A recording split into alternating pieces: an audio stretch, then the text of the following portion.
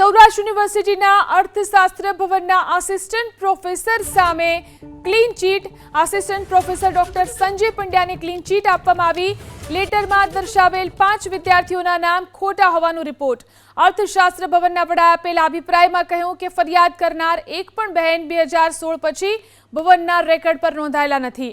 Doctor Sanjay Pandya દ્વારા દ્વિઅર્થી શબ્દ પ્રયોગ અને ચોક્કસ જ્ઞાતિના લોકોને વધુ માર્ક આપવાનો આરોપ હતો. તો રાજ્યમાં આરોગ્ય કર્મચારીઓની હડતાલ સતત 11-12 દિવસથી ચાલી રહી છે. આરોગ્ય કર્મચારીઓ સતત પોતાના પ્રશ્નોને લઈને હડતાલ કરી રહ્યા છે. આરોગ્ય કર્મચારીઓની હડતાળ હવે ડખે ચડી છે.